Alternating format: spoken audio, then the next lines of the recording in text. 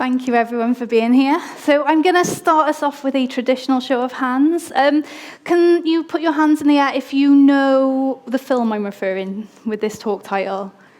Anyone want to shout out? Hunger Games. Yes, thank you, Carl. Of course, the Hunger Games. So I didn't get many hands up. So for anyone who doesn't know the Hunger Games, it's kind of like this mandatory lottery scheme that you really don't want to win.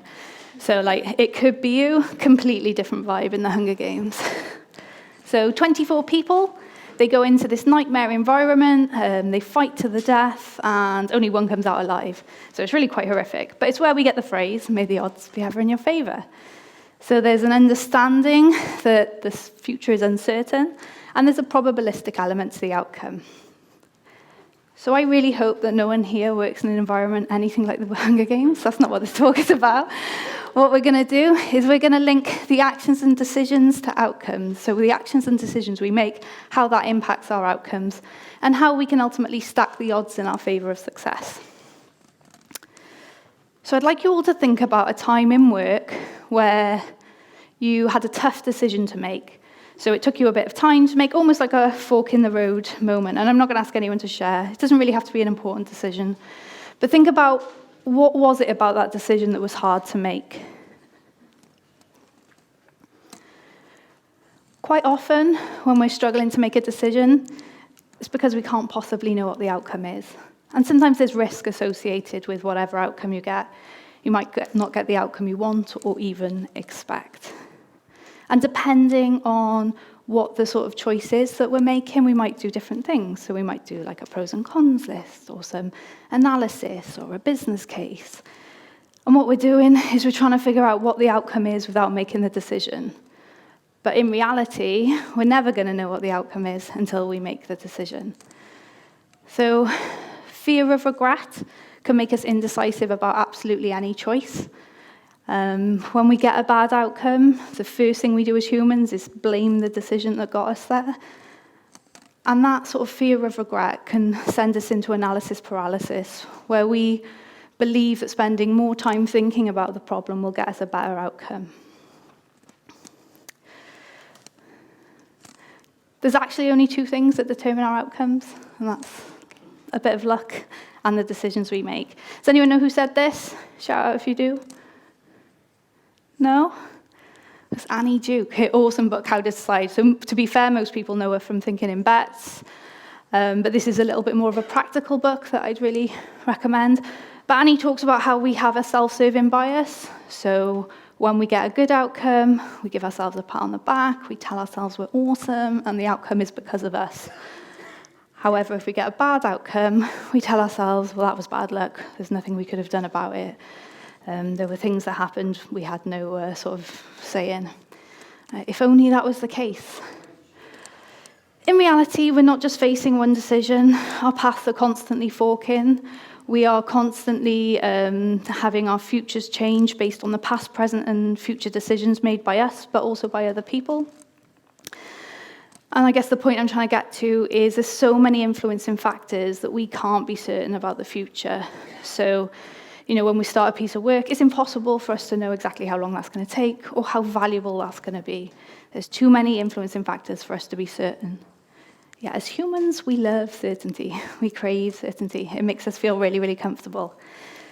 So much so that if we get the choice of some complex uncertainty or some comforting certainty that's probably incorrect, we will go with a certainty every time, even when we know it's wrong. And think about how this plays out for us in work. So when someone asks for something, when it's going to be done, we almost force ourselves down that path of certainty. We're trying to get to the answer. We're doing estimates and plans. And people will tell us, don't worry, we won't hold you to them. We know you can't be certain. And then 3 months later, you're late for something you could never guarantee in the first place. Wouldn't it be awesome if we could just say this? I refuse. I will not give you an answer. In reality, I think we know why people ask. If you were to have a plumber to come round to your house, you've got a leaking sink, you want to know how long that's going to take because there's a cost implication to you. You want to know, am I going to pick this plumber or the other one who gave me a better answer?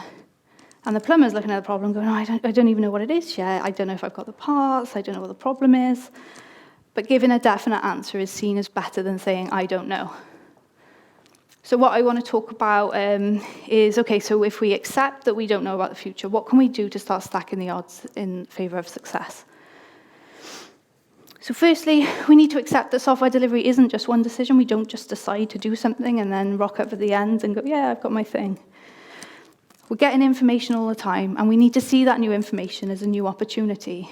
So every time something happens, whether that's, I don't know, someone's off sick, or we break down our work, it's more complicated than we thought. All of this is new information, new feedback from customers. It all helps us course correct for the future. So if we accept that our future is too complicated to be certain about, we need to ditch this deterministic thinking and start to think a little bit more probabilistically. One of the tools in our toolbox for thinking probabilistically is a Monte Carlo simulation. I think you've probably all heard about this today at the conference. It's been spoken about a couple of times. But essentially what it does is we look at our data, and you don't need a lot. If you went to Julia's talk earlier, you don't really need a lot of data. It does need to be the right data. And you ask it a question. So you either say, well, how long is it going to take me to do this thing, or how much stuff can I get by this date? And it'll give you an answer that is a possible future. It is a possible outcome, a possible future. But it doesn't just do that once, it does it thousands and thousands of times. So we see thousands of possible futures. And that what we do is put them in a lovely little chart like this. And what you're seeing along the bottom is all the possible futures, so all the dates in which we could get this as an answer. And the orange bars are how many times that possible answer came out on that date. So you can see how likely it is that one of these possible futures is going to be on this date. And then we can put these sort of percentile lines on them. And what you're seeing, so when you look at the 85th percentile line, you're seeing that 85% of all of our possible futures are to the left of that line. And that allows us to say things like there's an 85% chance we'll get our work on or before, probably about the 14th of June, looking at that. I'm not going to go any more into Monte Carlo simulations. Obviously, you're really lucky at this conference because you've got 55 degrees who do actionable agile, who do all these sort of charts, and you can go speak to them and they can give you way more information, or talk to me after. And also Pro Kanban stand downstairs, you can get loads of information about this. When we've got this isn't very consumable for our stakeholders.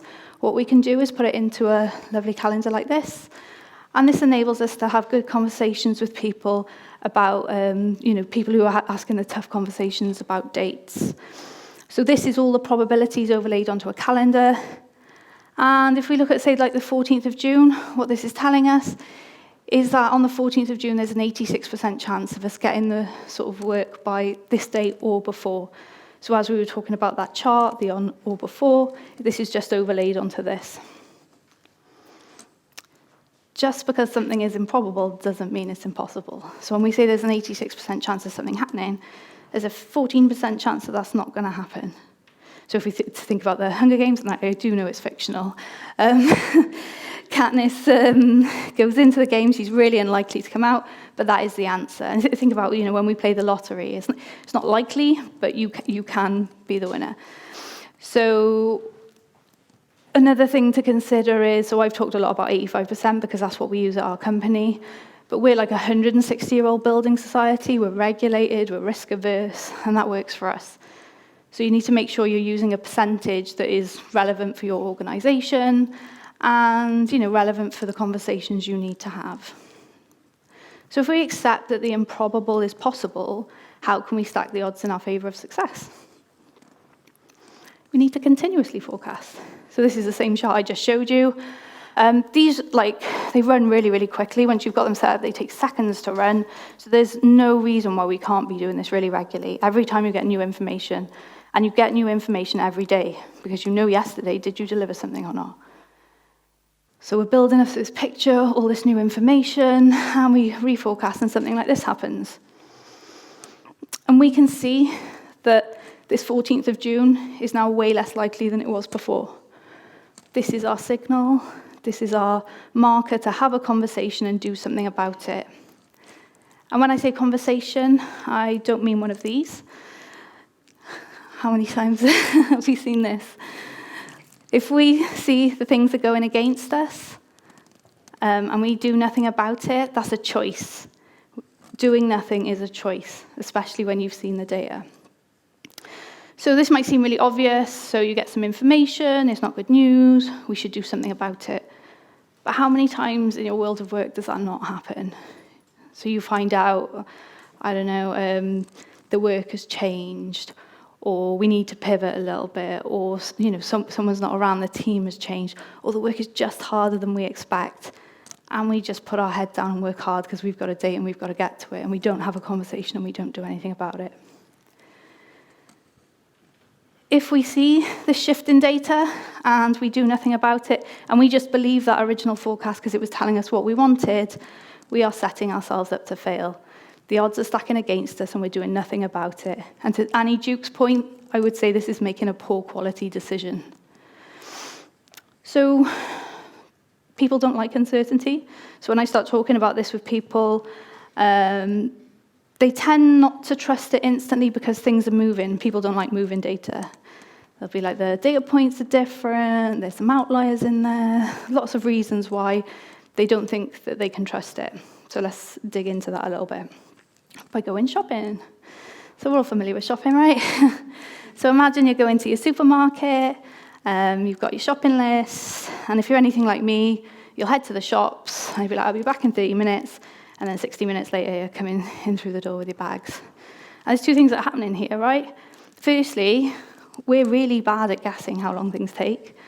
And secondly, there's too many influencing factors for us to know. Here's a bunch of things that could be happening on our way to the shops. So, I mean, looking at that, I'm sure there's some things you're like, oh, that'd be a mild inconvenience, or that might ruin my day. It's more than just the task that defines how long something takes. It's not the people or the task that defines its influencing factors and environmental factors. And this is just when you're going shopping. Our world of work is far more complicated than this. So let's plot out our last 20 shopping trips. This is a cycle time scatter plot. You might all be familiar with one of these. But each of these blue dots represents a trip to the shops and back. Along the bottom, we're seeing the day we went to the shops, and on the side, we're seeing how long that took. What this allows us to do is set a service level expectation and say, I expect to get back from the shops in about this time. So we do this by looking at the 85th percentile line. We go 85% of the shopping trips were below this line. So we can say there's an 85% chance of us doing a shopping trip in 36 minutes or less. If we flip this to a work context, these dots can all represent work items in your system. So like user stories or features or whatever your context is. And we can set a service level expectation of how long it takes things to get through your system, even when they're all different, even when there's different environmental factors, even when all the sort of data is different. The next sort of challenge I get with this sort of data is, but it has outliers. We've got to either take that out or we've got to ignore it. That doesn't make sense. You can't give us information when there's outliers inside your data. It doesn't make our data invalid. So we could move this dot all the way down here, or we could put it anywhere inside this box. And our SLE hasn't changed, because this is in the improbable but not impossible 15%. So this is a trap we fall into when we start thinking in averages. So if we were to move this dot and we were thinking about an average, it would absolutely change. This doesn't make our data invalid, it makes it a reason to use it. It's giving us a signal that we need to have another conversation, we need to stabilize our system, and we need to start talking about how we stack the odds in our favor. So we need to understand the cause of this data. So is it just something that can naturally happen in the sort of common policies in our system, or is it something special and we need to take action? So imagine we were going to the shops, and this point is a roadblock in the road, and your reaction is, well, I'm never going down that road again. I'm always going to go the other way around. That would mean your entire system could be affected just from that knee-jerk reaction. Whereas maybe a more suitable reaction would be to go, okay, well, maybe I'll check my sat-nav before I go for blocked roads rather than avoiding it. And if we think of this in the world of work, so this could be because you had an item blocked.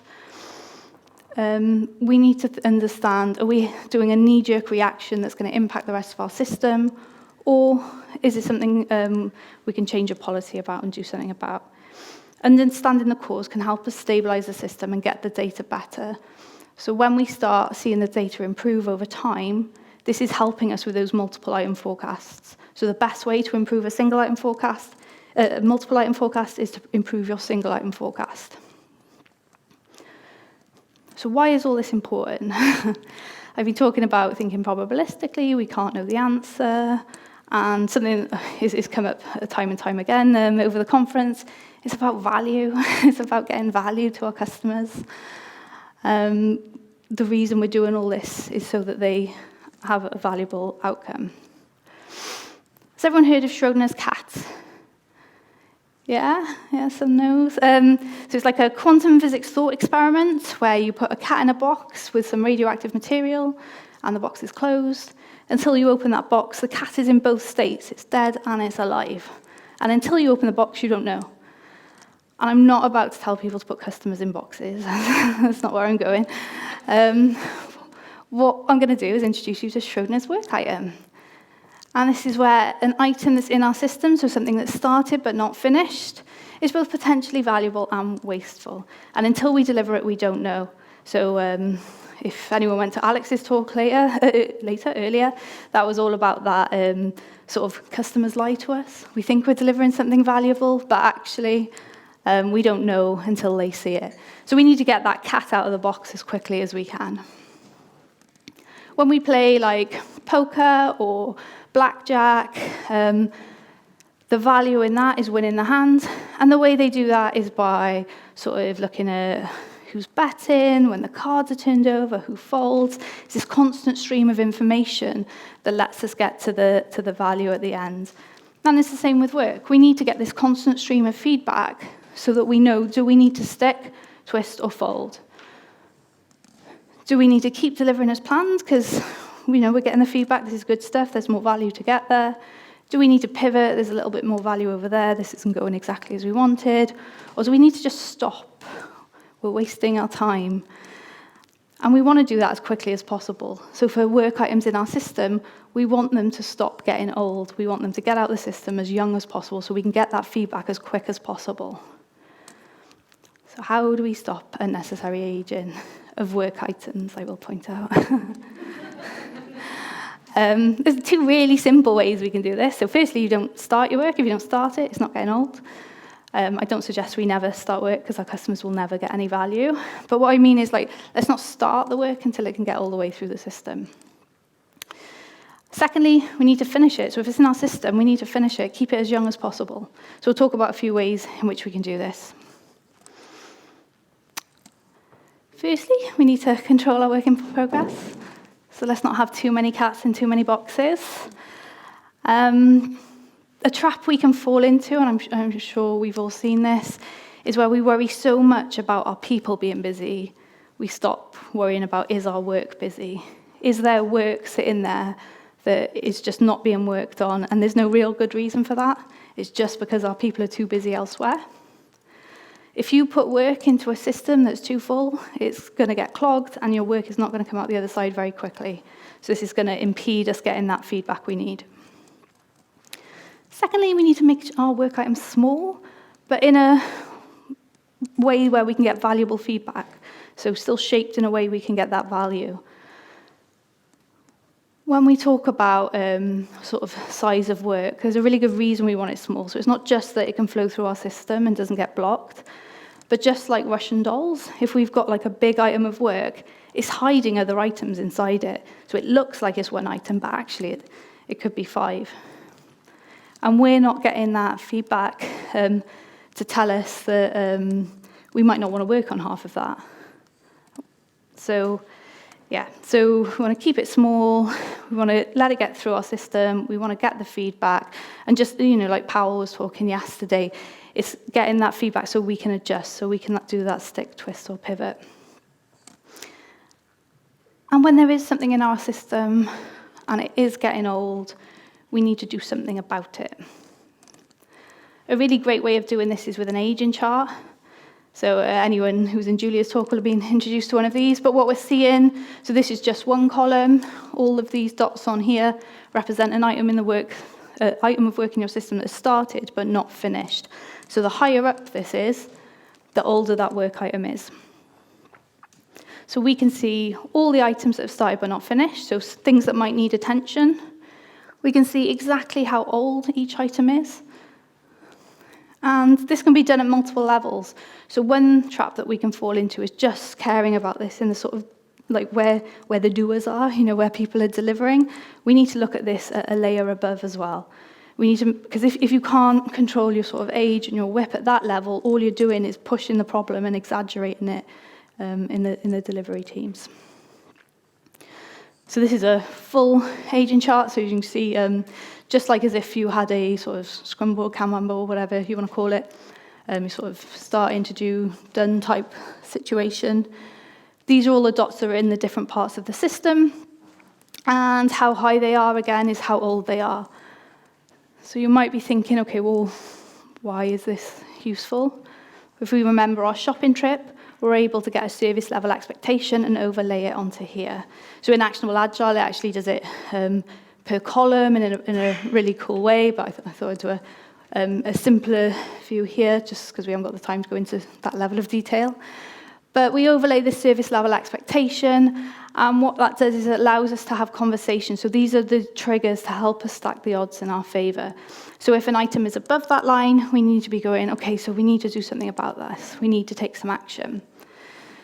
Do we need to split it down? Is it blocked? Is it too big? Do we just not care about it anymore and we're letting it get old? Let's kick it out the system. And equally, things getting close to that line are starting to get old, and the closer you get to that line, the statistically more likely you are to go over it. So we need to be addressing this as it's getting close to the line. So if you know all this stuff, and I'm sure a lot of you do, and you're talking to your stakeholders, you may fall into this trap. I certainly have several times, where you're talking to your stakeholders, you're sharing all this good information, we need to do something. And they're just sitting there going, oh, when is she going to stop waiting on? Or actually, if I believe this, I'm going to have a really difficult conversation, so no thanks. And it's really hard because if you're talking to people who've got to where they've got to with deterministic thinking, especially the more senior they are, you're asking them to rethink all their previous successes. That maybe they got good outcomes previously, more luck than decision. So it's really hard. It's one of the hardest things. And I've had a sort of really recent example of this in the last 12 months where we were sharing forecasts, and we were like, we need some drastic action here if you want the date you want. And week and week was going by, and we were like, okay, why are these decisions not being made? And it turns out there were a group of stakeholders who were not bought in, working and sort of building a separate plan that they were communicating. And all that meant was we were having the tough conversations, but a lot later than we could have had them. And they were a lot harder to course correct for. When this happens, because it does happen, they don't always sort of go to plan and go successfully when you're sharing this sort of stuff.